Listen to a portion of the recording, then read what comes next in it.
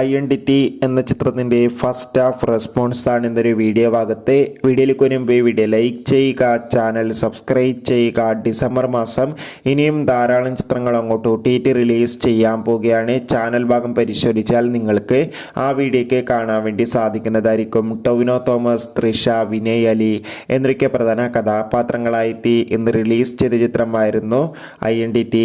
എല്ലാ സിനിമാ പ്രേമികളും ഒരേപോലെ ചിത്രത്തിൻ്റെ റിലീസിനായി കാത്തിരിക്കുകയായിരുന്നു.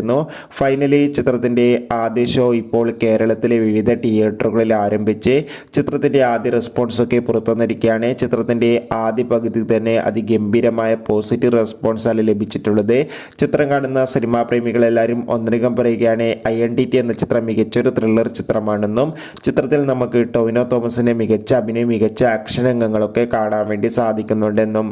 എന്തായാലും ചിത്രത്തിൻ്റെ കൂടുതൽ അപ്ഡേഷൻ അറിയാൻ വേണ്ടി നമുക്ക് കാത്തിരിക്കാം. Bye bye.